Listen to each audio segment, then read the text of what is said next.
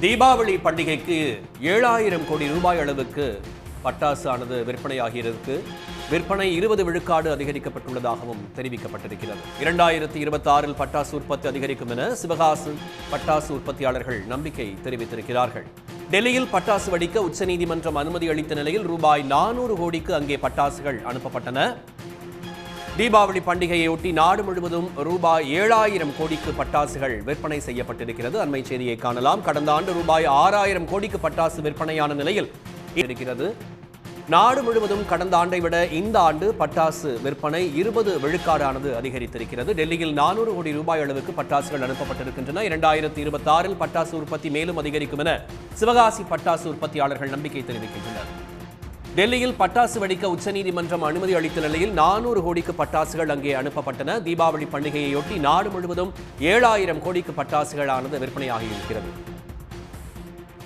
உடனுக்குடன் செய்திகளை தெரிந்து கொள்ள சன் நியூஸ் பெல் ஐகானை கிளிக் பண்ணுங்க.